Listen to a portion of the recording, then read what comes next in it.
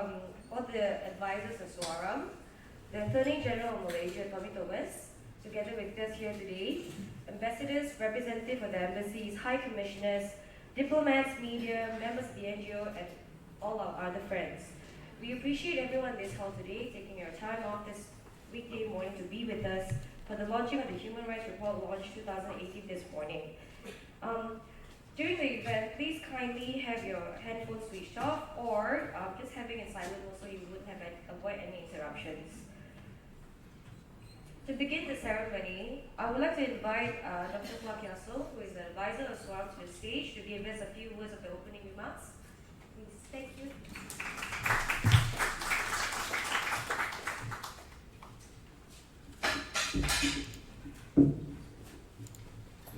Terima kasih Saudari Metris. Selamat petang, selamat pagi dan selamat datang saudari sekalian.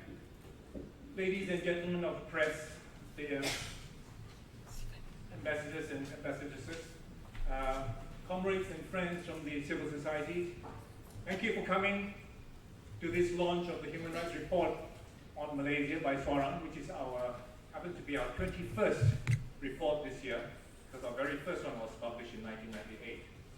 And this year is a year of many anniversaries, as you know. It is SUARAM's 30th year of existence. We were formed just after Operation Malang, and I was one of the victims. This is the 50th year of the very tragic May 13 incident in 1969. And while people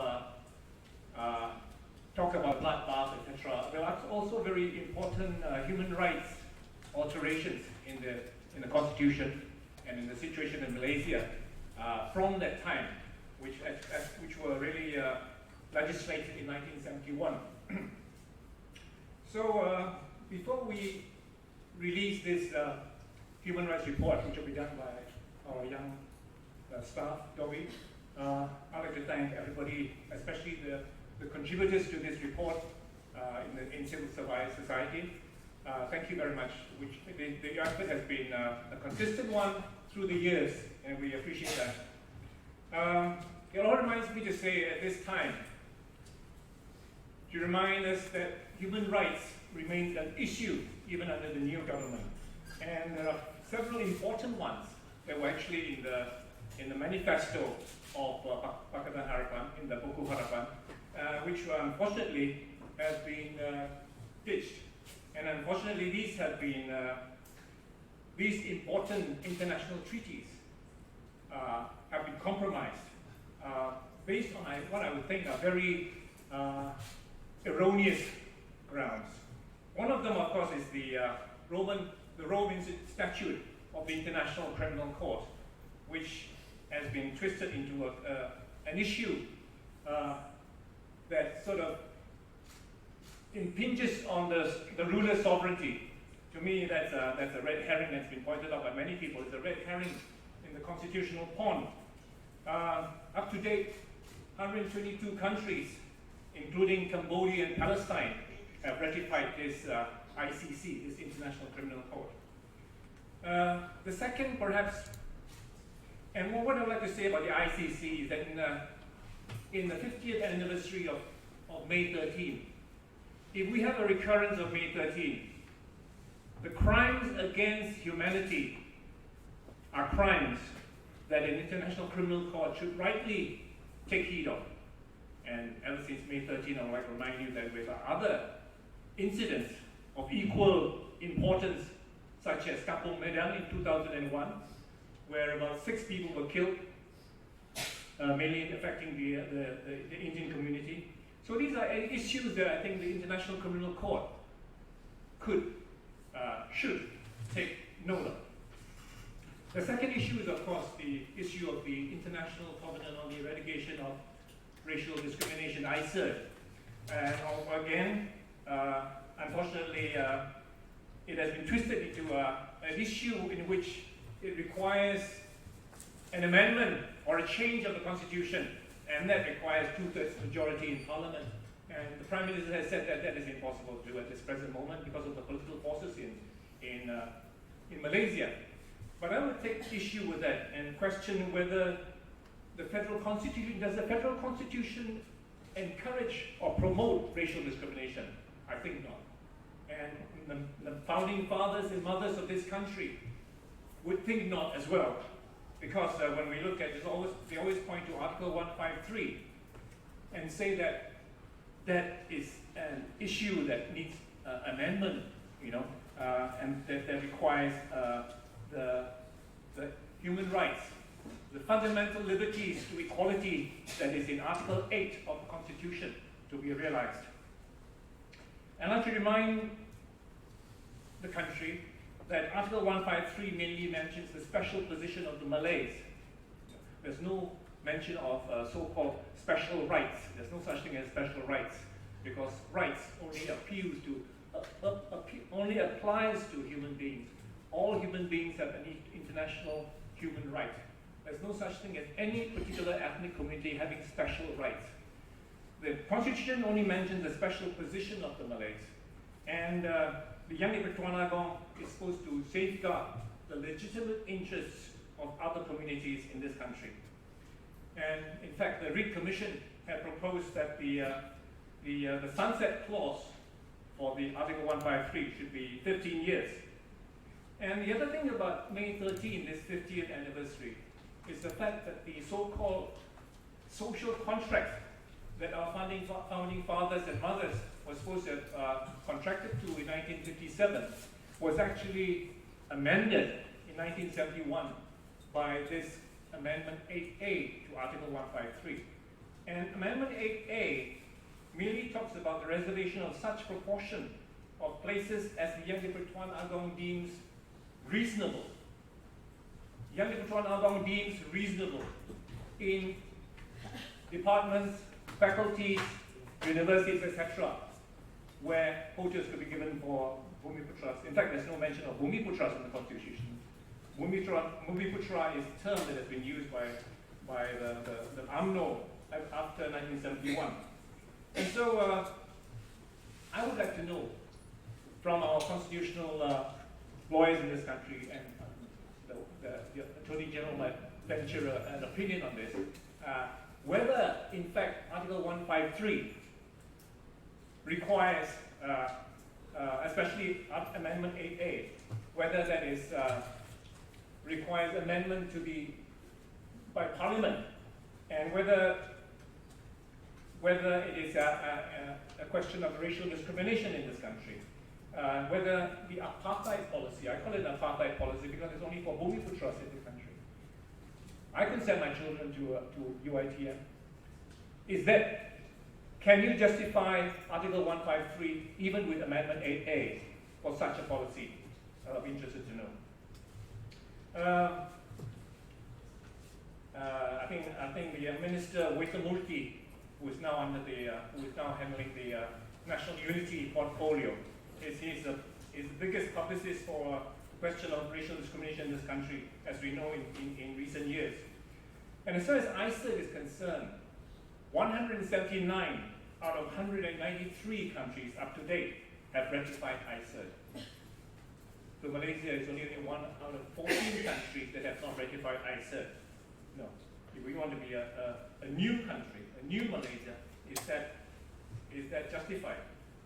And there's no reason why I can't understand why in this country with very intelligent people up and down the threshold of this country, that we cannot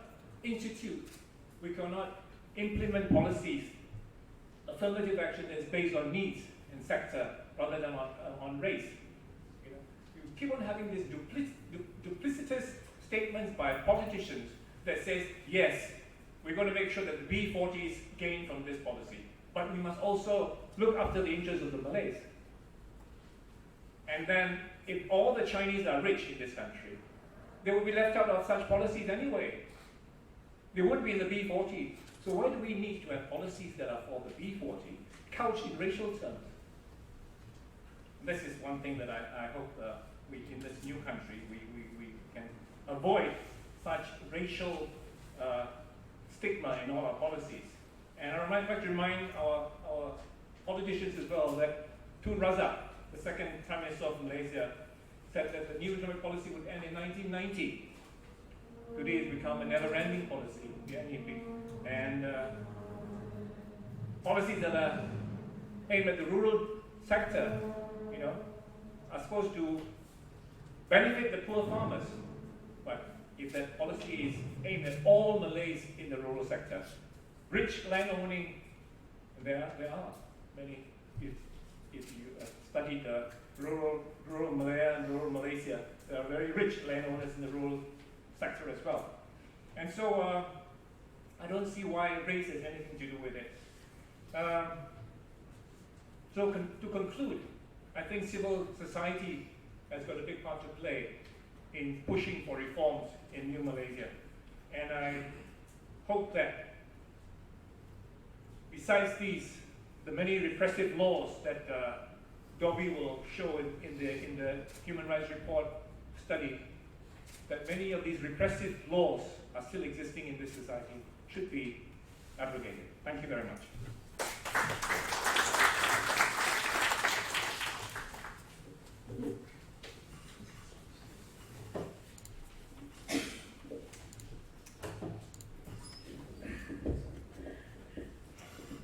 Thank you, Dr. Kua, for giving us a brief summary of the current developments under our new Pakatan Harapan's administration. Today, we are also very honored to have our honorable guest speaker, Tijah Chopil, to give a few of the opening remarks as well. She is the chairperson of the Peninsular Malaysia Orang Asli Network, and she's also one of the most important voices of Orang Asli. Let's give a round of applause for Tijah.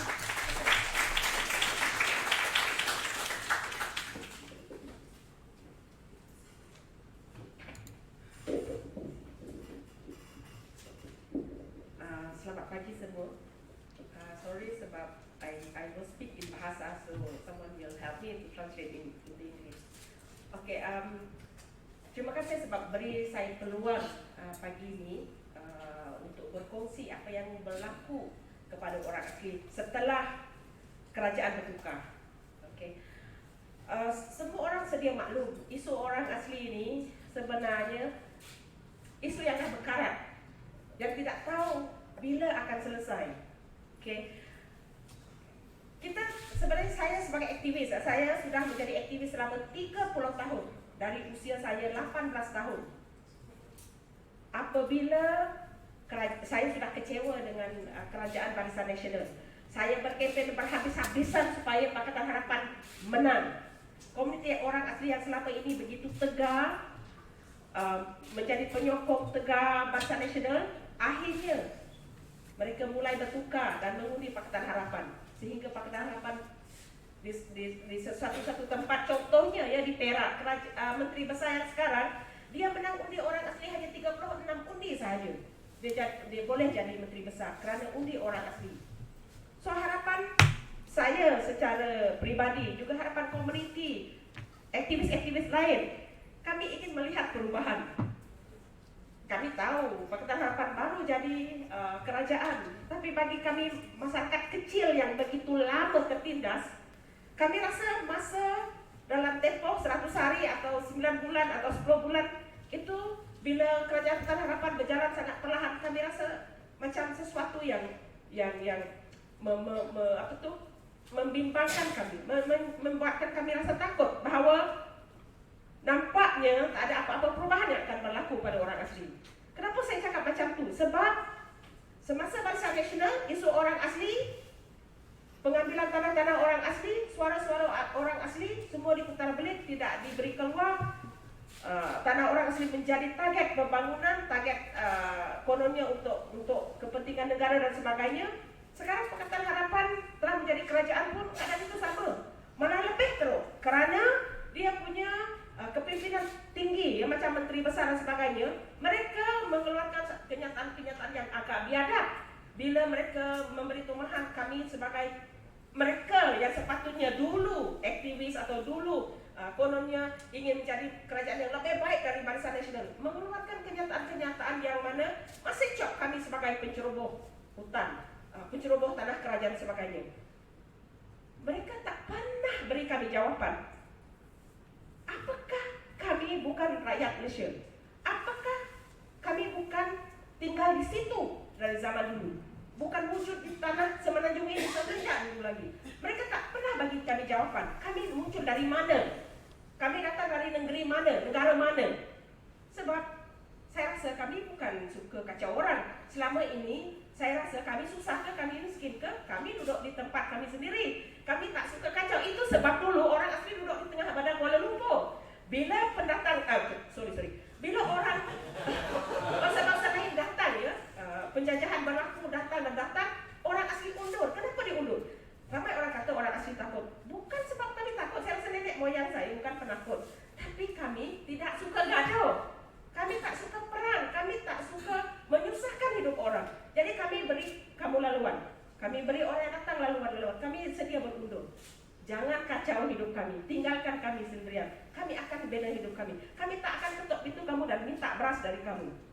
Tapi sekarang ini, kehidupan kami dah tak boleh macam tu lagi. Kami seperti dah sampai dekat penghujung.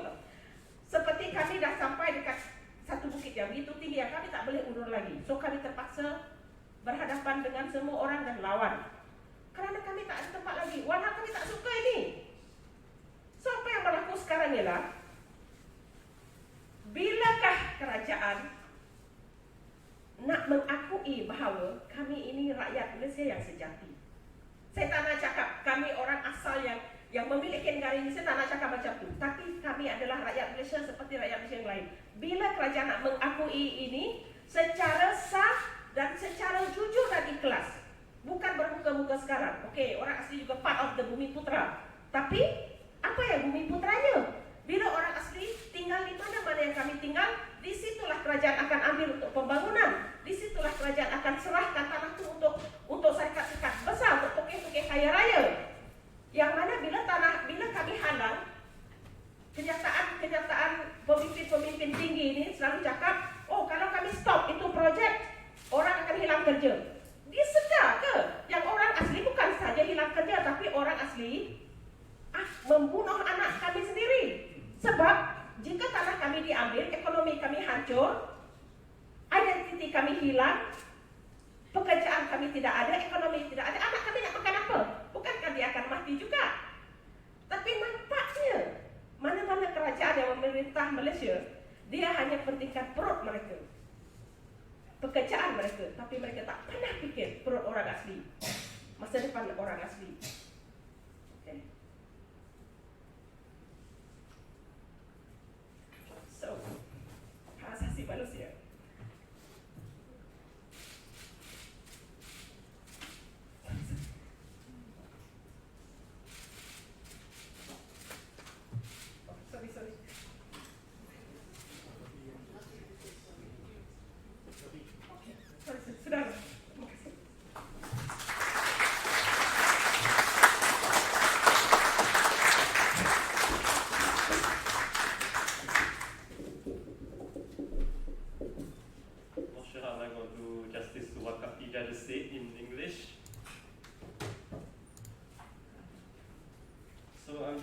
Very briefly translate the key points that she mentioned. A lot of the indigenous people in Malaysia had held some hope when there was a change of government to see whether the new government will bring about a different form of messaging and different form of policy making when it comes to the indigenous people and their way of life. But unfortunately, when Pakatan Harapan was very slow in the progress in developing new policy, the people were concerned that there won't be a change under Pakatan Harapan, especially for the indigenous people. During the time of Barisan Nasional, the voice of the indigenous people was twisted as anti-development whenever they object to any development project within their territories. And when Pakatan does the same, especially from senior members who used to be activists and used to stand together with indigenous people, it is very rude. The word in Malay is biadab. I don't think that's a good English equivalent sometimes. But a very rude way of treating the people and how their way of life and their culture.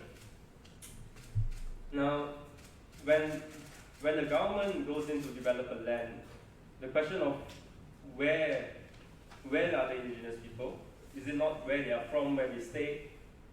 And when Malaysia welcomes their hands to more people from different races and different ethnicity, the indigenous people were already there, they did not fight and did not struggle against people coming in. They made concessions, they gave way to people to develop like Kuala Lumpur. And this is not because they were weak or they were afraid of confrontation, but it's because they believed that they should not be obstructing other people. And that unfortunately does not work, as every time when they take a step back, people take a step forward, confrontation becomes inevitable. And when there is confrontation, we all see what has happened in Perak, in Kelantan, and all the other places with indigenous people. And it is not about claiming that indigenous people are the first people of the country, but it's about trying to treat indigenous people in Malaysia as equal as every other Malaysians around. And the government needs to acknowledge that.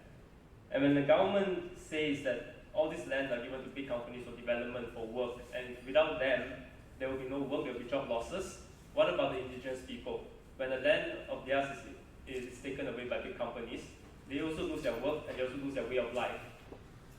So how about that? And that's a very brief summary of the speech. Hope I do it justice.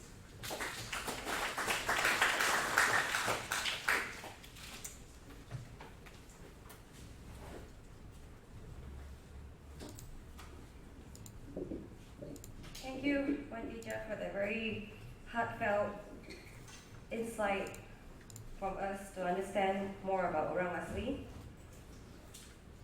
To continue with the ceremony, let's please welcome W. Chu. He's a monitoring and documentation coordinator in SUARAM, who basically drafted the report that we will be handing out later, but it's just a brief summary. Welcome, W.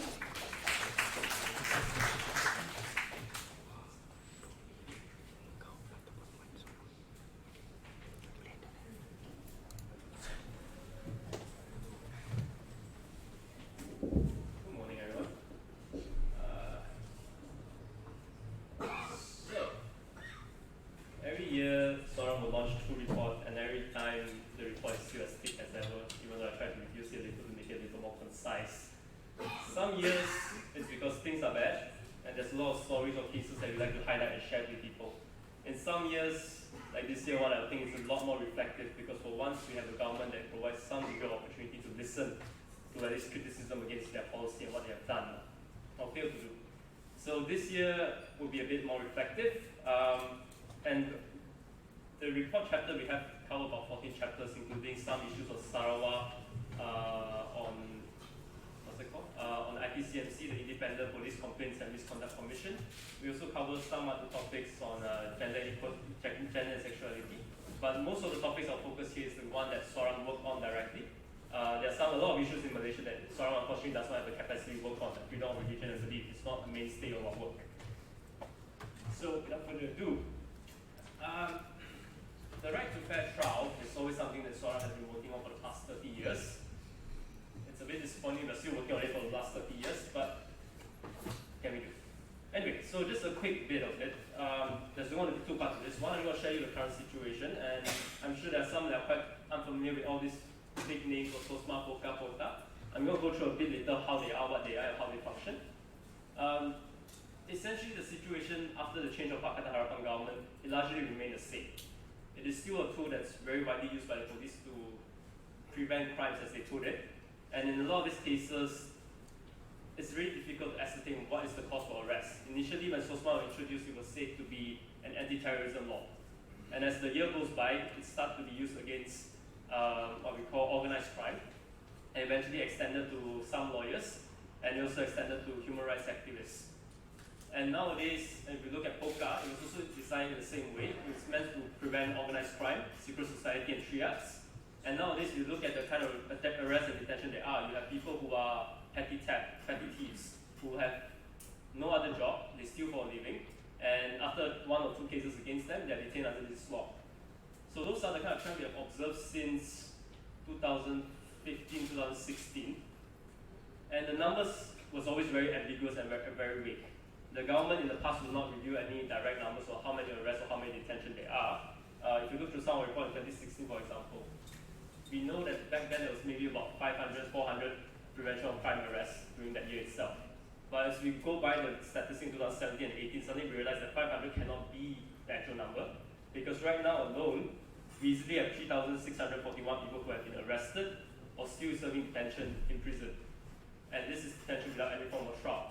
Under SOSMA, we already have 2,000 people who have gone through the gates of SOSMA since 2012 July. So to give you a bit of a context, ISA was introduced in 1960, and until ISA abolition in 2012, there was roughly about 10,000 people who have went through ISA. That was a period of almost 50 years. In the short 5 to 6 years that SOSMA has been around, we have had 2,000 people arrested again under SOSMA. So it's certainly happening at a scale that I think is far more than what we had before in the past. And even POCA, for example, a lot of people compare it to the emergency ordinance that we had in the past that was dealing with organized crime. That law has been around for almost as long, and the total number of detention I don't think have ever crossed 5,000 or 6,000. But this has gone far, far beyond that and reached 3,641 in nearly 4 years. So what are the differences with these laws, with normal laws? I'm not sure how visible it is here. We have our criminal procedure code that outlines the basic premise of how a criminal matter should be handled. And the provisions are very clear. If you're arrested for investigation, say for mugging someone, I think mugging is not exactly an offense in Malaysia, but if you're mugging someone, you're arrested for investigation, the most the police can remand you for is 7 days. And it needs to be broken down into 4 days, and then re-application for an extended 3 days. And this application needs to be made before a magistrate judge. And this gives you some judicial scrutiny. So you see a lot of cases of torture and detention and whatnot. Sometimes they have release service because the judges intervene and instruct the police to release the person sent into the hospital. And even then, not all the cases the police actually oblige and follow the instruction. And a lot of the kind of processes we have really depends on the crime you commit. If it's murder, then you might not be bailed. But if it's something more minor, you will have an option to bail. But what happens, or what is more striking, is when it comes to SOSMA, POCA, and POTA. If you look at all three of this, actually all four of them, there's another dangerous drug at the end. All four of this, they are not under judicial scrutiny. It's purely police discretion on implementation. And how they implement it, no one knows because any documents they have guiding the use of this is under Official Secrets Act. And all four of these laws provide for a very long or extended period of detention without any judicial scrutiny. Under SOSMA, the police can decide to detain you for up to 28 days. In the past, they have revealed that out of 28 days, 21 days for the purpose of investigation or interrogation, depending on how you look at it, and 7 days is for the Attorney General Chamber to process the case to decide whether prosecution takes place. So essentially, we look at the current framework of their operation. The person sits in prison 7 days doing nothing, waiting for whether he is going to be charged or not.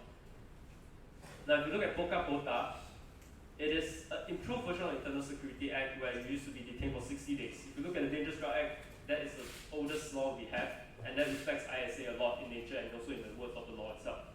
Now, POCA POTA has improved a little.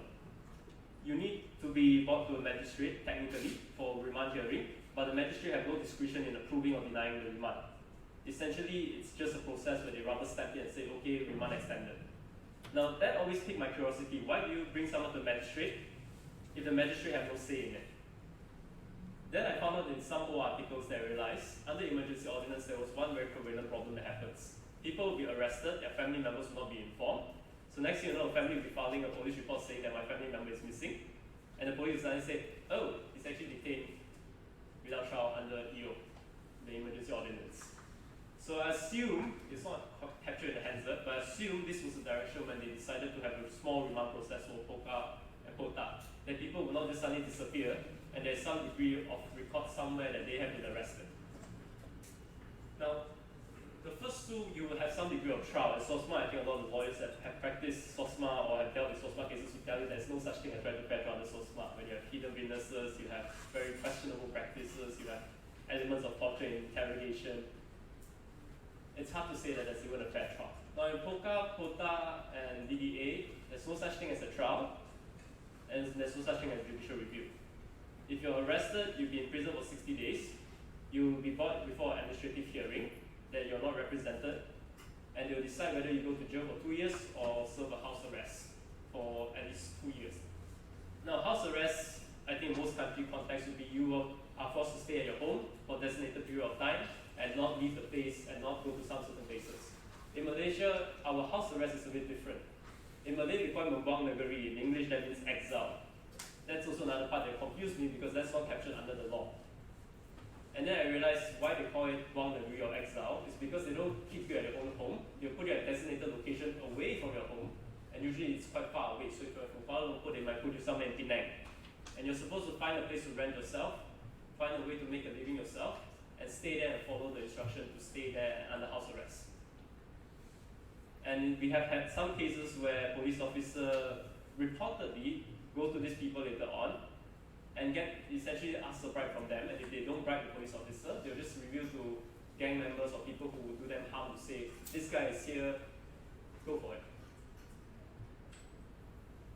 So that's largely our right to fair trial. Now, right to justice issue. So this is one issue that most people have thought will be resolved immediately after the change of government. The issue of custodial death, I guess kudos to the police. Is there anyone from Special Branch here? No. They have reported quite a strong reduction in custodial death cases in the last few years. 2016, we had reported 15 cases of custodial death. 17, it was 10. Last year, we have only monitored 4, or we have seen 4 cases at least that we can identify, but the police report there's only 5. So it's still, regardless, a reduction. But what really was different to us, because we have seen reduction over the years sometimes and it just increased back later on. But what really stood out for us was a case that happened in Selangor. It's a district police station. In most cases, the police will always deny that something went wrong in the case. In this case itself, the district police chief, rather than denying anything happened or denying misconduct, immediately contacted EAIC for a joint investigation, I believe, and immediately admitted there is negligence on the police part. That and in that case, the person hung himself in prison. Not sure how they do it, but somehow they managed to do it.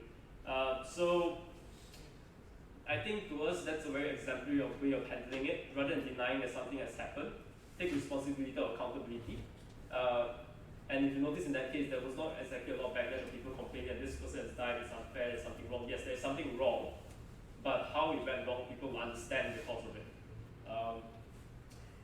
So that's, to us, a very good benchmark. Another big issue we had was the enforced disappearance. So Suhakam has made their finding in April. So this is not as if 2018. And the government has not been very proactive to it at first. Initially, I think the government outright denied the Suhakam's finding has any merits. I don't think Mahathir even had a chance to read the report at that point of time. But then now there's a slight change of track on that. There seems to be some view to look into it and what happened. I won't go too deep into those cases. Now, another fun thing that I didn't include on the right to fair trial, because we always find this a bit tricky, the issue of chain remand in the country. So chain remand is this very entertaining project run by the police that essentially gives you a free tour of Malaysia for most part. So I've outlined 3 ways of how remand will happen in Malaysia. The first one, the big one, is obviously ideally what happened or how it's supposed to happen. If you get arrested and investigated, you can be remanded for a period of time. And after the remand period, you will either be charged or released on police bail or be dealt with by the court in other ways. That's how it's supposed to be. Now, what happens a lot in Malaysia is the more entertaining one, the second part of it. Might be a bit too small. But essentially, you're arrested, you're remanded, you're investigated, your remand period finished, they officially release you, and you're immediately picked up by another police station. So for example, if I was suspected of committing a robbery in Kuala Lumpur, for example, I might be picked up by Dam Wangi for the initial arrest and investigation. After my 7 days remand, rather than being released out to the bar, suddenly I have briefings coming over and say, hey, I'm investigating a Chinese guy for robbery. Can I take it? And they just take you in for another 7 days. And this can go on for a long period of time. I think the record holder that we have is 82 days of detention in such a manner. And in most cases, there is always an element of torture or physical violence involved in the detention. Now, the last one is something that we observed starting 2016. This is a lot more entertaining. So the old remand process, the chain remand, you have 7 days plus 7 days or 14 plus 14. It's still somewhat limited. So when the police decided that they can use security law with also this practice, it becomes a lot more worrying. You have, and mind you, this was actually said by the previous Home Minister, Zahid Hamidi himself. They have had immigration officers suspected for trafficking activities, human trafficking. They put them under detention for 29 days under SOSMA. At the end of 29 days, they are not produced and charged in court. They were re-arrested under the Prevention of Crime Act. So I think at that point in time, it was roughly 39 people. 32 of them were re-arrested this way. And after the 32 of them, about 20 of them served a sentence under POCA for house arrest. Only 1 or 2 of them were prosecuted in court under SOSMA. So essentially, the guy goes off away for close to 88 days without any form of trial or judicial scrutiny. And this has happened countless times. And we even have an interview about this person called Siti Aisyah, university student. She was detained for having terrorism books a while ago. She was acquitted prima facie at the High Court, and when she was supposed to be released, she was immediately picked up again by the police under the Prevention of Crime Act. And after serving a 2 years house arrest, after serving a period under house arrest in her house in Bentok, her SOSMA application appeal went through by the prosecution. She was sent back to prison. So we start wondering, she has a concurrent POCA case against her, she has a concurrent SOSMA case against her. What's going to happen to her once she serves one sentence? She's been in detention, does that mean POCA also lapsed with it? And we found out the hard way last year when she was out of SOSMA, out of prison sentence, she was rearrested under POCA under house arrest. And we have no idea how many cases this has gone through. The most pervasive one, or the most obvious one that we can catch sight is always in immigration officer, because the government like to say we are doing a lot on human trafficking. So they'll brag about it. Fortunately not under the current government, but previous government like it a lot. Now, freedom of expression is an interesting mix. It started off very repressive. I see colleagues from Article 19 and she's just smiling and nodding. It was very repressive, and I think everyone can agree in May and June and July there's essentially a free-for-all period where anything goes. I don't think there's any form of restriction at that point of time, and people felt very free to speak up. And then suddenly we go into August, our Independence Month, and suddenly all of that went out the window. You start having the same old trends again, people getting arrested for comment or critique against the royal institution, people that humiliated or insulted a religion gets arrested, and that has become the trend since then. A lot of the cases actually happened towards December, the tail end of the year and start of the year, so we didn't include this in this report per se. But you'll be able to find it in our report, a list of people who are arrested, what the offense they were investigated for, and most of them, some of them have been prosecuted and pleaded guilty immediately. I think one of them was still challenging his alleged insult to the king. You guys remember news a while ago, a guy that actually said the king is busy fornicating with his wife? That guy. He's in court right now, I think, today. So we'll see how it progresses, because the same old concern that we have with the law still stands. Are they even good laws? Are they even constitutional? Does it go too far? So we'll see how that goes. The moratorium imposed was good. It was imposed in October, but it was withdrawn almost a month later, just a little over a month later. And the reason given was the Seafield Temple, the mini riot that happened there, that the government needed tools to be able to deal with the situation. Now, our main issue of contention with this law has always been we have adequate provisions under the law to deal with it. We have Section 298 of our Penal Code that deals with insult to religion or causing ill will among different religious groups, I think. You have rioting, obviously. You have causing, well, I guess I would be considered trespass if you break into some place. But essentially, you have all the laws to deal with it. But the police apparently insisted that we need these laws to deal with the situation. Without it, we cannot control the situation. It's unfortunate the cabinet agreed with that view and took a stand on that point. Okay. So far, it's been a bit better. Like, if you compare to the past, it's still better. But it's just not great. Now, freedom of assembly is a fun one. So SUARAM, on average, I think we have at least one protest a month in the past. I think the height of it, we have 3 protests in a week. Not to say it's fun, but it's more entertaining than best job sometimes. So traditionally, what has happened the last 2 years is if there's a protest or there's a peaceful assembly or there's a gathering, after the gathering, people will be called for investigation.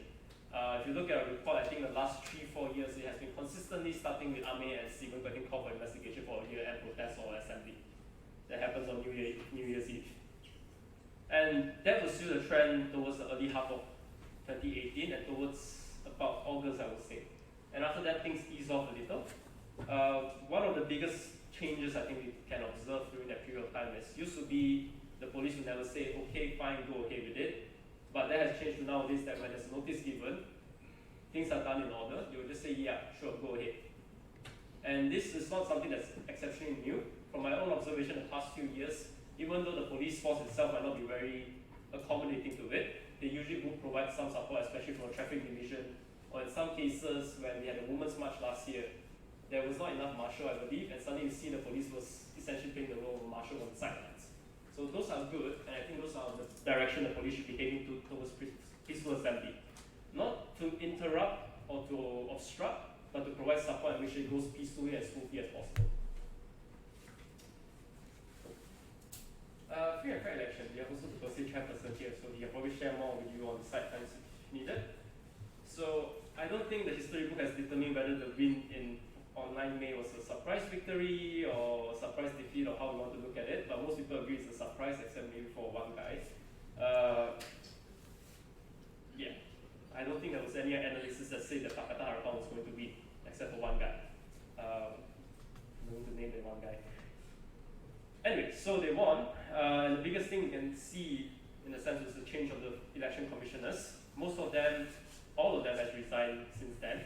We have a new panel of commissioners, and some of them came from civil society background, very well-known individuals with good background and good track records. So a lot of changes are taking place internally slowly. I believe they're also collaborating with UNDP to clear up our electoral roles right now. But that's something for the election commission to update or proceed to update in the future. Now, but the biggest problem I think we have is the amount of apportionment that happened due to the large redelineation. That is stuck with us for a good period of time. There is no clear way forward. I think the AGC will have looked into that also, and even the current government have looked into it. We are stuck with it, and we have a lot of disproportionate parliamentary seats. The biggest one and smallest one, a good comparison, I think one is the parliamentary seat for Bangi, with a population of 178,000, give or take a few hundred.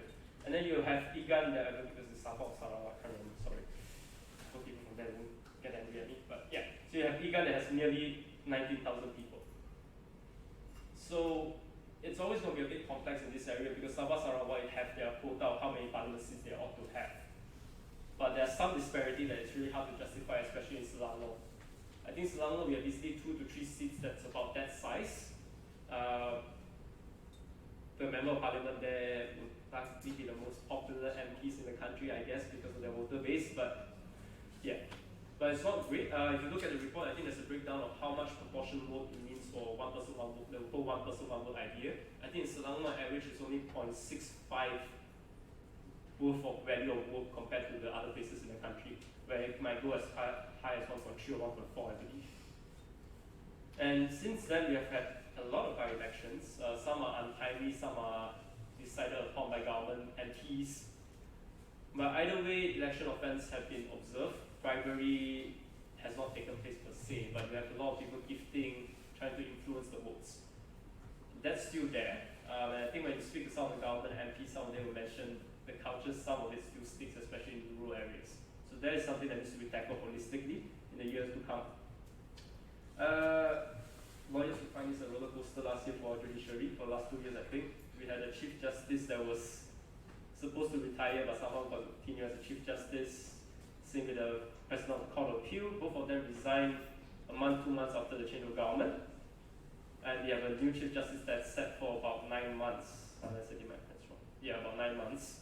And now we are replaced with a new Chief Justice, the first woman Chief Justice, which is nice. But what really things struck a chord with a lot of lawyers or sent off a wave of confusion and fear or concern is when Sultan Hamid Abu Bakar, is that his name? I think that's his name. Came up with his statutory declaration that was used in a court case that there is judicial interference. And that judicial interference have been used in the case of, has affected the case of Indira Gandhi and also Kapil Singh's sedition case. So in the sedition case of Kapil Singh, I think the Federal Court panel of judges has not chose to hear the merits of the statutory declaration. They essentially sidestepped it, but they still acquitted Kapil's sedition conviction from earlier. So that is something to observe how it goes on. I think there's supposed to be some inquiries to it, but things are very quiet right now. So I think it's up to the new Chief Justice to pursue the matter. Of course, we also have the resignation of our former Attorney General, Andi Ali, and the statement of our new Attorney General. But a lot of the reform, I think, is still underway because of the constitutional restriction that we have. But I believe we have seen some on representation sent to the Attorney General. There's a more clear procedure now for how it's done. Remains to be seen how it takes place over the next few months or few years. Gender and sexuality. I think you might have seen our poster online.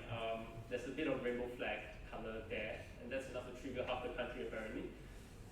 But let's just go forward with it. So state discrimination LGBTIQ, would like to say there was a small slowdown in a bit after election, but that quickly picked up again. LGBTIQ seems to be, the community seems to be, for lack of a better word, the whipping boy for everything that happens. Something happens, oh, it's LGBTIQ behind it, and it's DAP behind it. It's always this interesting mix of DAP and LGBTIQ for some reason. So state discrimination, what we're talking about is laws that outright criminalize LGBTIQ persons.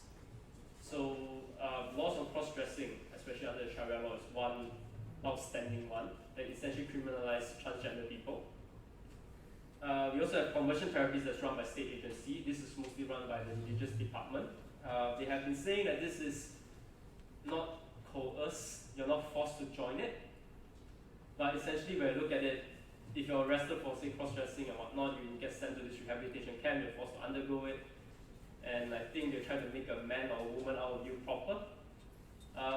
It's not a great thing, and it's using state funds to provide for all these trainings and programs. And I think the government is still trying to deny it. And this has become quite an issue of contention last month that it cropped up. And we also have the notable case of the public caning in Terengganu that's supposed to have happened in closed courtroom that's attended by more than 100 people and well documented by the media, I believe. But underneath all of that, we have the great vulnerability that's faced by the community, and not just the community, sometimes people who support the community. Like say, for example, when the Women's March this year, because there are some elements of LGBTIQ flag there, there's the rainbow flag there, and suddenly the whole discussion gets, in a sense, distracted away from what the Women's March is supposed to represent, and becomes, and LGBTIQ has invaded this thing, it becomes an issue of the communities is getting too strong, they're getting too vocal or too public in the country and needs to be curbed. So we'll see how SUARAM's report cover later when you see it, how much backlash we get, and then you can kind of judge for yourself. Should be fun to see. Not fun, but you get a sense of it. Now, death penalty is good, it's bad, it's everywhere. We have a moratorium, that's good. I think a lot of the European embassies especially has been advocating strongly for a moratorium and abolition of death penalty in totality. I think the current government position is to abolish all mandatory sentence. But how it's going to take place is also a bit ambiguous or very confusing. Then partially it's the government's fault, but partially it's not also. Because in Malaysia, we have this very interesting setup that the penal code might be dealt by one minister, the Dangerous Drug Act is dealt by a completely different ministry that might not have a traditional investment or interest in this issue. So our Dangerous Drug Act that carries the mandatory death penalty, somewhat discretionary now, is actually handled by the Ministry of Health, not by the Ministry of Home Affairs, not the Minister of Law. And the last few times we met with the government agency, when we talked to them about it, I don't think they have spoken to each other at length on how this is going to take place. It seems a very general idea that, yeah, we are going to get rid of mandatory death penalty, but exactly the law itself is being consistent. I think you can also see this in MP or minister statement that one will say we are abolishing mandatory death penalty for this list of offence. Then another guy say everything. So does that mean everything or just that list that he provided? So it's something that we are still keeping a very close look on. But from what we understand, the moratorium is likely to continue to stay. But there needs to be a lot of public education to kind of get the misconstrued idea of what that abolition means right now. Now, this is kind of my favorite slide. So this last one, big changes that has happened, or small changes. I think in the broader sense of thing, not a lot has changed with the law in Malaysia right now. You still have the same old law that's been there for 2 years ago, and some of it, to be very fair, we don't expect it to be abolished immediately. If you look at the amount of cases of detention under prevention of crime or the SOSMA, it's 2,000, 3,000 cases. And if you suddenly have 3,000 cases of criminal matters, criminal cases that's supposed to go to trial for prosecution, I think the deputy public prosecutor would start harassing Attorney General and say, we can't deal with all these cases. And that's a practical constraint that we need to contend with. So there are some laws I don't think anyone expects to be abolished immediately, but there needs to be very clear action to see how it's being dealt. And that has not happened. Not negative. The good side of things. What I call government accessibility. Used to be we can send 10 letters to a government or ministry department. None of it will go through. We can email to it while the person is on the line with us, and when it says it went through, you'll say, nope, we received nothing. That was the trend from as far as I can remember. But after the change of government, this has fortunately changed. For most part, if you write to a government ministry, they will respond to us. And in some cases where they are not comfortable responding on paper what they want to say, they sometimes will just call and inform, this is officially what's going on, but behind the scene, we are trying to progress this. So I think that's the biggest change that we have seen. It might not be very visible because it's not something that you suddenly just release a press statement, oh, the Ministry of Home Affairs wrote back to us. But it's something that really helps us get our works together because we can at least now completely understand what's going on the other side. It also brings about a new challenge because suddenly you have 10 letters that you send out and 10 of them reply and you need to address all 10 of them back again in a very proper manner and figure out where we stand. But it's a good progress. We have also some very important royal inquiries going on. Some of them might just be nothing more than a show at this point because the facts of the matter itself has been very well investigated or documented. But I think it's still an important process for the country to go through. Now the lackluster part. So I think a lot of people, when we had a change of government, were still thinking a very executive-centric framework of idea or policy or management. When we have an issue, we don't think about the parliament, we think about going to the minister and getting the minister to address it. So I think it's really, whereas for us, we've kind of been trying to do both. We're also trying to get parliament to be up and running, especially the standing committee system. But that system, unfortunately, has been very slow since its announcement in July. I think only the Reform Caucus has met anyone. Stephen won't be able to stay and join with us because he's meeting the caucus at 11, which is 5 minutes from now. So, yeah, so that has started to take place, but still very slow progress. And it's one of those things that I think if any countries with a very robust parliamentary system, it's always good to have shared experience with our MPs here to see where they should go. I think our Speaker of the House mentioned about 2 months ago when the media approached him, they mentioned that some people were concerned that the parliament was getting too powerful because so much changes was taking place in it. I'm not sure how the parliament can be too powerful under Westminster democracy, but it's something that I think they need to figure out where the parliament stands and how it works. At the moment, I don't think the parliament is anywhere near to being able to check the executive when there are misconduct or policy mistakes that should not be happening. When we also have the Institutional Reform Committee, if anyone forgot about them. Unfortunately, everything's still under OSA.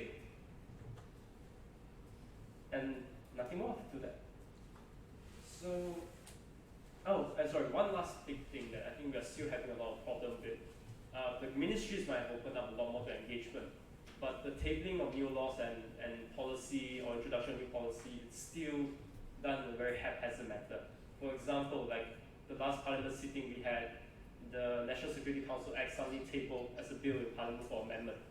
There was no consultation with any groups before that, not even with MPs themselves who caught surprised, caught unaware with it. Things like that should not be happening anymore. And those are things that you can just circulate the draft bill and let everyone have a look at it and discuss about it. And that was also the same case with most of our legislation we had. We had media council that suddenly you have the government saying you need a media council, how it's going to be done, no one really knows. Some things civil society can take initiative and holding a consultation on, but it's not everything that civil society can do. Civil society, unfortunately, is still relatively small in the country compared to the resources government have. But yeah, so that's the quick and dirty of the report this year. I'm sure there's more interesting things you will be able to read, especially in the chapters dealing with Sarawak. But I'll leave it to you to read it. And thank you for supporting us all this time.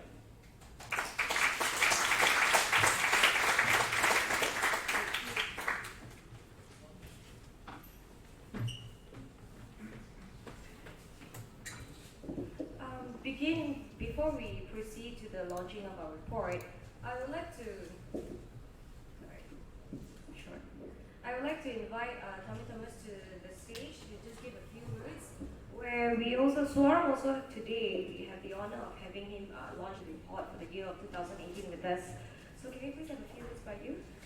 Thank you.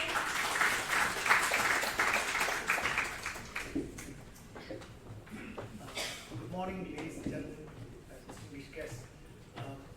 I've not read the report that I'm supposed to be launching in a few minutes, but looking at the slides, I assume one can draw a line. I asked Dr. Kua whether it's for the whole year of 2018, and the answer was yes. So it's for the year of 2018 and not running into 2019, the calendar year. So what that means is you can draw a line and divide it into two parts. Part one stopping on March 9th and part two thereafter. So can I just say that what I have found is that the challenges facing the new government, and I speak as a civil servant, not a politician, as the Chief Legal Advisor to the government, is that the problems that we have inherited after a 61-year rule of one coalition party has been much, much greater and much, much worse than one ever envisaged. So I hope the first part of your report reflects what they left behind, and it was really terrible. And the second half hopefully is a bit more optimistic, but I accept that because the expectations were so high of the people of Malaysia and of the NGOs and of the press, I am sure that the expectations have not been met and all of you are disappointed. And as a friend of human rights, I can assure you that at least as far as some of us are concerned, it is never enough. The strides that we have made are not enough, and I think we must carry on knocking on the door. So the advice I would give is that, first of all, I think NGOs like SUARAM and HAKAM and Bar Council, which is not really an NGO, all of you must engage with the stakeholders in a far greater manner. I think all of you have become complacent. Everybody has become complacent after May 10, and expecting just the government, or often expecting just me. Everybody turns to me and says, expect me to perform miracles, that one can't do it oneself. So my call is for all of you to carry on the struggle and say, look, the journey has started, but there are a lot of battles to be overcome. And of course, the great difference you will meet today compared to yesterday is that you will have a ready audience. You don't have to have any fear. There is no climate of fear. Surely you will notice in the last 12 months, that Malaysia is a much freer country.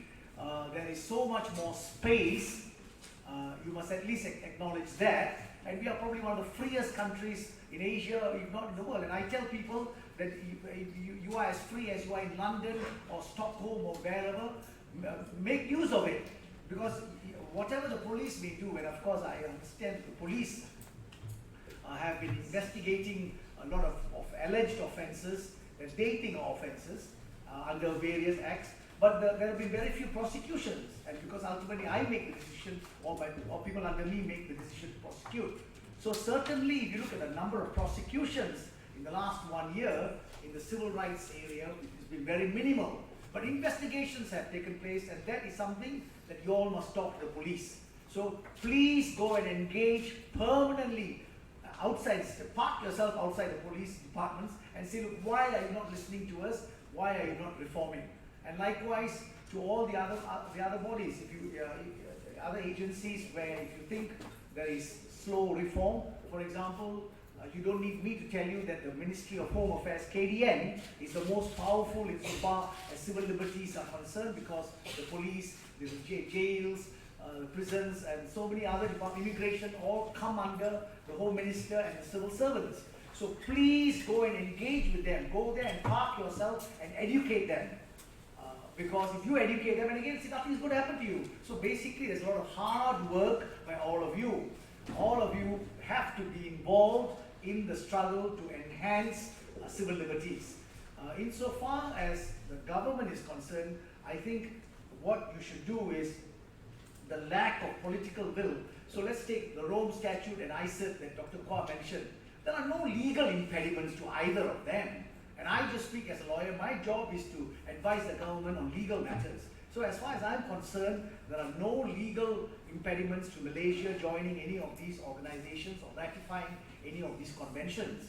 But it's a political decision, and it's a decision to be made by the cabinet. So what should you do? You should just go and nag them, catch them wherever they are, say, why are you not implementing your manifesto? And of course, I know there's 4 more years, so one doesn't have to give up hope. There's 4 more years. Please catch our politicians. And of course, they were all in the opposition just 13 months ago. I don't want to name names, but there are lawyers that are Govind Singh, Kula, they are lawyers. Now they are in government. catch them and say, look, why are you not heading reform? Because all reform comes out of the cabinet. We talked about the bills. A lot of the bills we are just given instructions. So, for example, on the death penalty, there have been already 2 versions of the death penalty, and that's because the cabinet decided as the political masters how to go forward. So we are waiting for the new direction. So you will have to, civil society will have to engage with the ministers and say, look, what is your position? And I think don't focus on the constitutional amendments, because after the MA 63 episode, there's not going to be any constitutional amendment exercise because they don't have a 2/3 vote, but they have a comfortable parliamentary majority. So please focus on the acts of parliament. There are any number of acts of parliament, any number of bills that can be done. Please go and see the ministers and the members of parliament and nag them, disturb them, trouble them. What I can assure you is that once they decide and they ask us to draft, my chambers will draft it very, very quickly. And so we will produce. But at the end of the day, I'm a lawyer. I have to rely on my client. I'm no different from the members of the bar who are in the private sector. Lawyers advise. Lawyers do not decide. But here, I'm happy, you know the kind of advice I'll be giving. I'm happy to advise on civil liberties reform, but I need the stakeholders to be on the same page. So I would end by saying we must always be optimistic. The glass is half full. Don't look at it as being half empty. We've made strides, but absolutely not enough. And there's a lot of things to be done in the next 4 years, so that when the history is written of the Pakatan Harapan government after in 4 years, whatever failures they may have, at least you will say they had a good human rights track record. So that must be the objective. Thank you very much.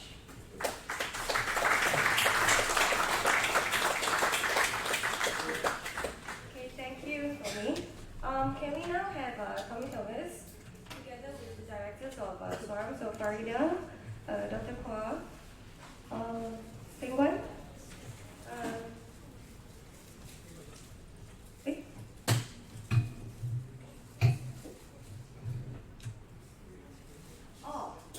okay, Diane, would you like to come to the stage to officiate the launch? And can we please proceed to the other side of the room, where the lifting on the wheel and the launch is over there. Yeah.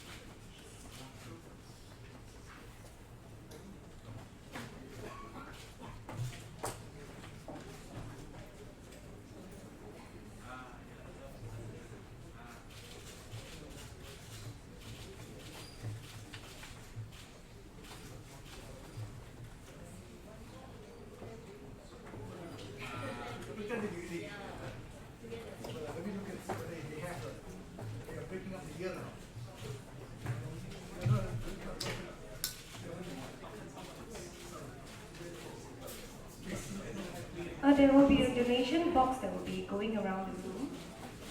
Donation girl. Okay, thank you. Thank you for coming. Yeah.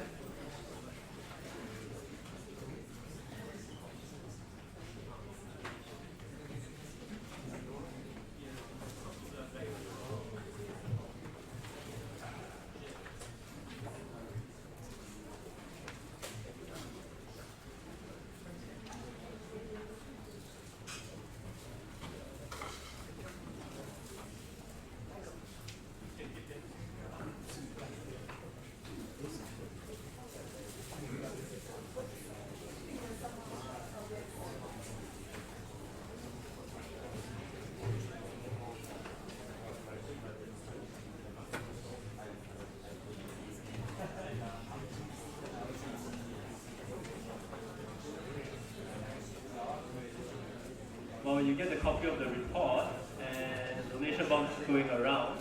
Can I invite the panelists for the press conference and Q&A? So we have Dr. Kua, Ms. Farida.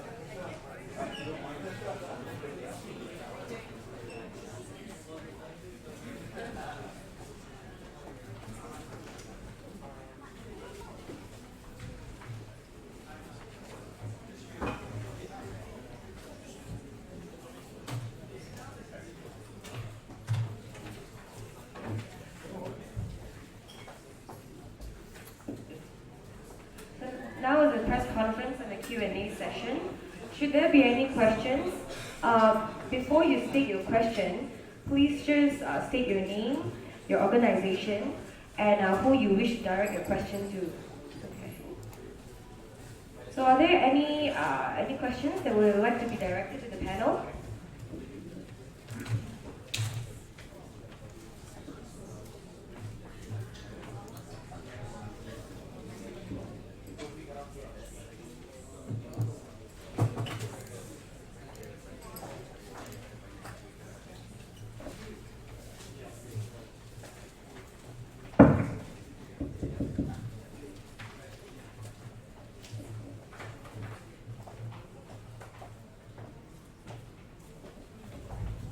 Any questions?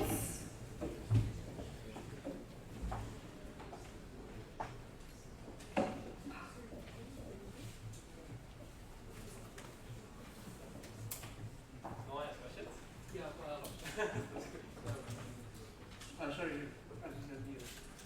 I think from the start, what is the most pressing challenge faced by Malaysia today in terms of civil rights, civil liberties? I mean, the report covers a lot of areas, but your opinion, what is the most pressing that we need to address? We move forward to Malaysia. Sorry, I just want to state a question. Sorry, where are you from? Martin from the Star. Martin from the Star asked the panel if what are the most pressing issues that we are currently facing at this point of time since the new Pakatan Harapan's administration. Can we also get another question? Hi, my name is Lisa from the Embassy of France. I am going back to what was said by Dobby earlier about death penalty, and in particular the reference to the Ministry of Health, which was a first for me, and it was actually so confusing that my mind blocked. So if you go over it again and maybe explain if any outside help could be useful in any way, for example, in the field of interministerial coordination or anything like that, would be helpful. Thank you. I think we can answer the questions first.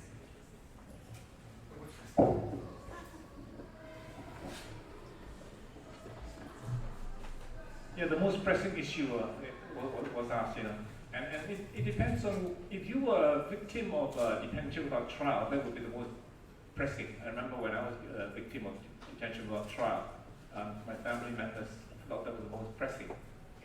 If you were a journalist, the incumbents on freedom of expression will be the most pressing. If you look at the situation facing a lot of families today whose children have got to go to school and whose certificate from their independent school has not been recognized, that is very pressing because when your kids graduate, they don't have anywhere to go except to go to also abroad. And so on and so forth. It depends on which area we're looking at. Something is usually we always when journalists ask about human rights violation on Human Rights Day, for example, we always say that when detention without trial and when the death penalty issues of that matter of life and death,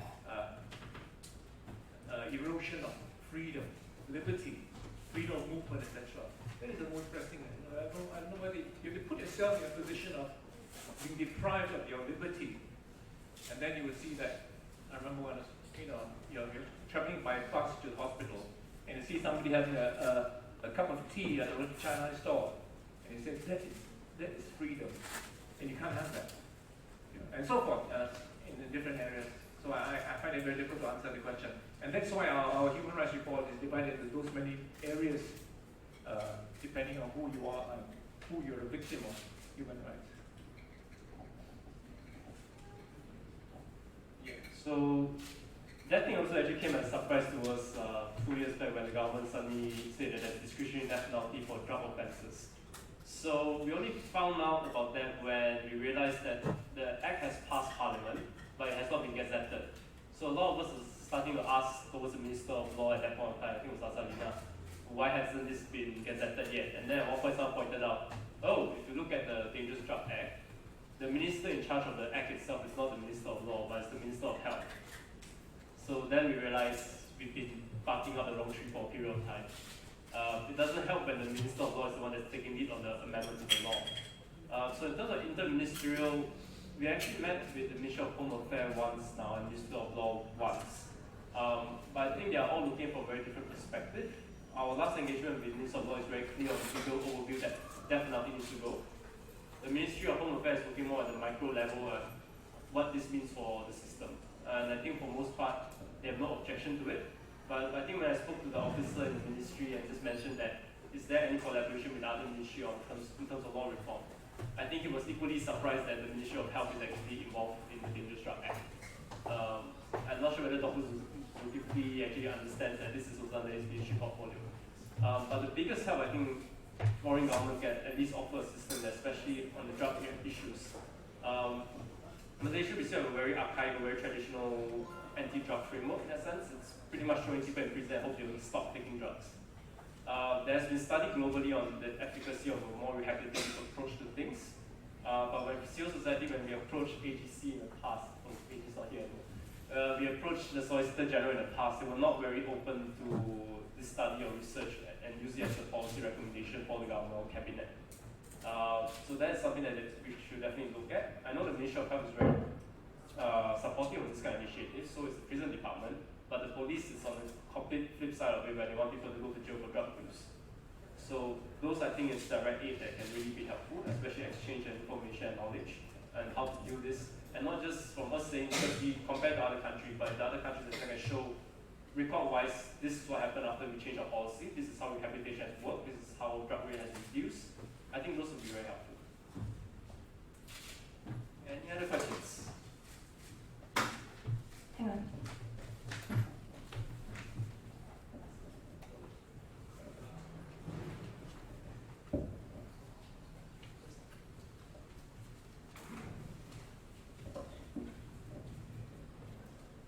Thank you very much. I think one of the things that I would like to see accomplished by SUARAM is the communications between SUARAM and the public, I think, could be improved so that we are informed about what is happening, what are the issues that are concerned to SUARAM and of course to the people of Malaysia. And I think the other very big problem we have really is the conduct of the police. And I think this is something that we should really look into, the conduct of the police and the way some of them get away, literally with murder. So I think that's one thing I would like to see done, that the police come under greater surveillance and to improve the human rights record of the police department itself. Thank you. Just grab one more here.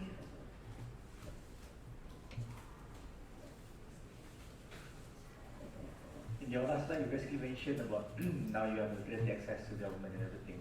Just wanted to know for SUARAM work, how many ministries you managed to engage and how many have actually turned you down? And then is there any challenges of meeting any other person? Who do you think that we could facilitate from the government? Sometimes each ministry have their own focus and interest, and sometimes our priority is not their priority.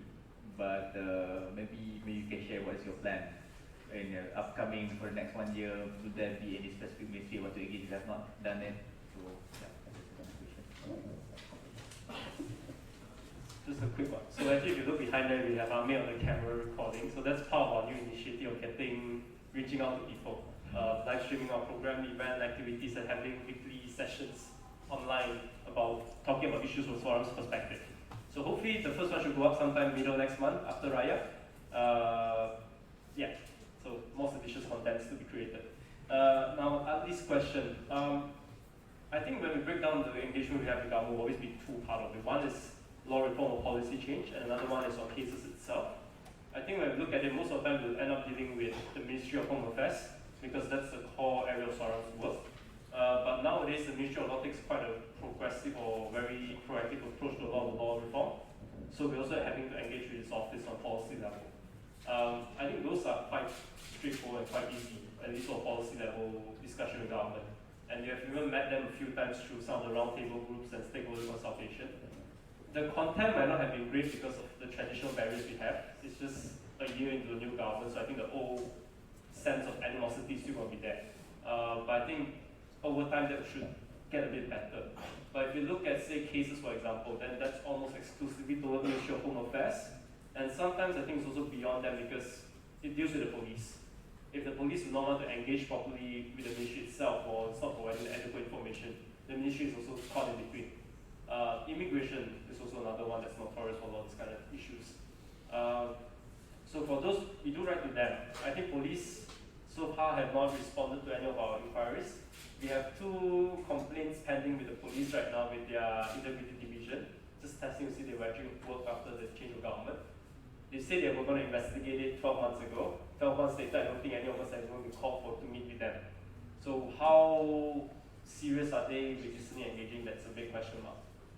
Immigration, for example, it's a bit of a mixed bag. Like last year, before BN changed of government, the last immigration director, while he maintained a very big distance from engaging anyone directly, when we issue a statement or write a letter criticizing something, there's actually some degree of response that you see.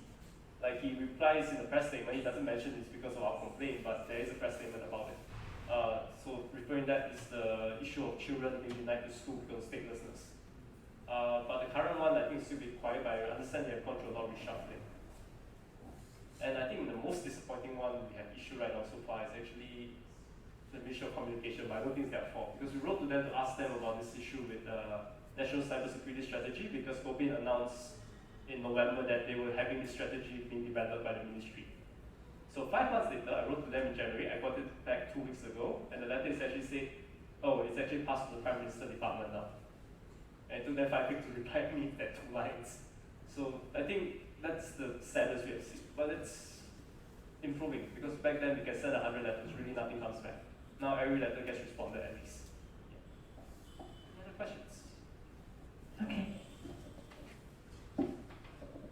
Okey, saya nak tanya berkenaan dengan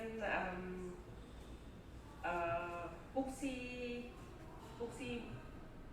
saya tak tahu, mungkin ini tak ada kena dengan SUARAM lah, tapi sebab SUARAM satu badan yang macam ni, mungkin kamu ada idea apa fungsi Majlis Tertinggi Pakatan Harapan ni. Macam maksud saya, kalau salah seorang menteri mereka macam Menteri Perak mengeluarkan kenyataan bodoh, kenyataan yang tak berapa bagus kan terhadap orang asli di sana. So apa fungsi Majlis Pakatan Tertinggi ni? Dia orang tak ada inisiatif untuk memberi nasihat dan sebagainya, sebab ia merisikokan Pakatan Harapan pada masa akan datang kan, macam kami aktivis yang bertukus-lumus kempen untuk mereka kan. So ini akan menjadi satu yang sukar untuk kami pada PAD 15 nanti. So apakah inisiatif mereka dan apakah inisiatif dari pihak SUARAM berkenaan dengan isu ini? Hi, sorry, I'm just gonna translate Tijah's question. So essentially, she's just asking what are the highest functions of the council in the government right now, and also what are SUARAM's take on the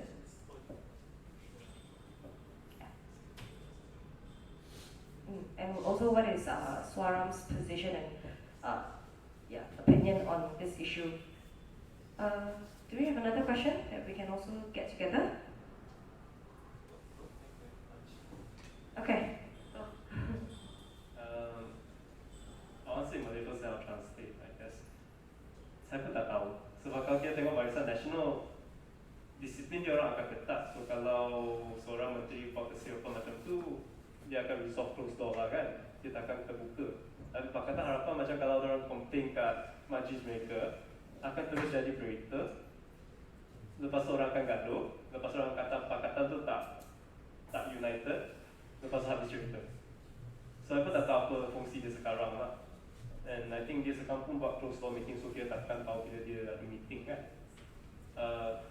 Briefly in English, I think compared to Pakatan Harapan, compared to Barisan Nasional had a very strong, tight discipline when it comes to this kind of party matters, so their highest council, their internal procedures, compared to Pakatan.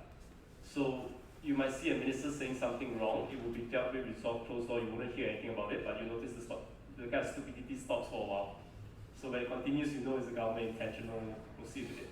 But Pakatan, as you can see on Twitter or Facebook press statement, if A says something nasty or something that people don't agree with, B will just publicly lash out at the guy, and then the Pakatan highest council, their secretary, then they'll hear about it, end up they won't be able to do anything about it because it's already public anyway, and just go on this merry-go-round and biting each other for a while, then it dies off. I think we've seen this countless time even before they were government, and I don't see it stopping. I see some government people say that this is democracy. I think the latest issue on matriculation is a good example. Monthly, the Minister of Education makes an announcement about matriculation, quota, etc. And then DAP youth comes up, and then somebody else says it's actually a cabinet decision. So cabinet decision involves the DAP ministers as well. So even at that level, cabinet level, there's no consensus. So never mind the council. When we talk about councils, the most important one that we are interested in is the council eminent persons, the report. The report that we contributed to, that all NGOs contributed to. SUARAM contributed about detention, trial, etc. And then they turn around and say, no, we're not going to release this report. Not even the Institutional Reform Committee report. So, what's it all about? Do we continue to take part in it when in the end we can't even see the results of our own report?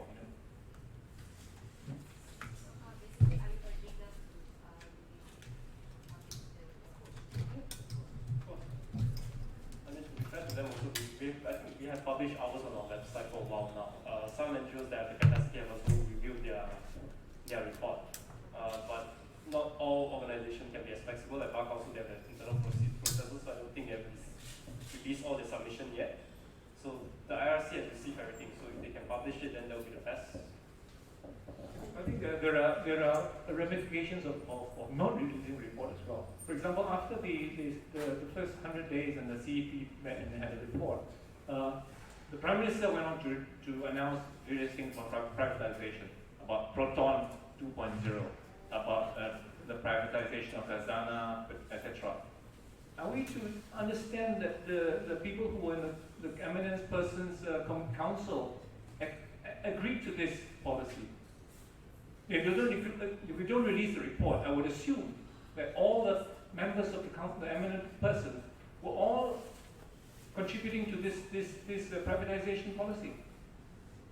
And are we NGOs, whatever policy comes out of the government, contributing to the Institutional Reform Committee report, whatever happens to the institutional reform?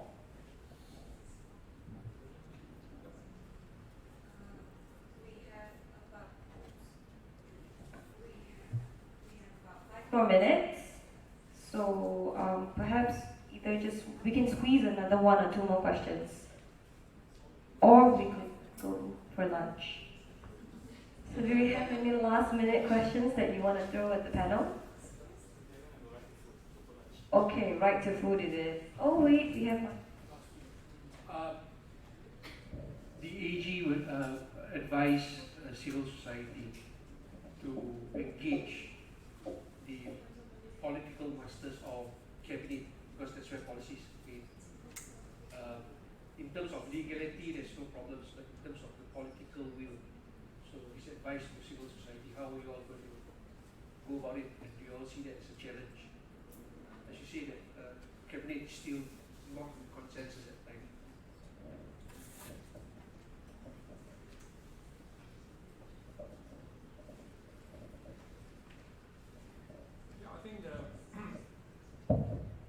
think what happened today, is like what we think about institutional reform. What I said today, which happened to be published in the Sun today, when talking about the way in which human rights in this country has been perverted. The whole country can see it. Not just the government can see it. So there's an idea in which in fact, that whole article is calling on the government, including the Prime Minister, the political will to carry through these reforms, especially on the International Criminal Court and on the International Convention on the Eradication of Racial Discrimination.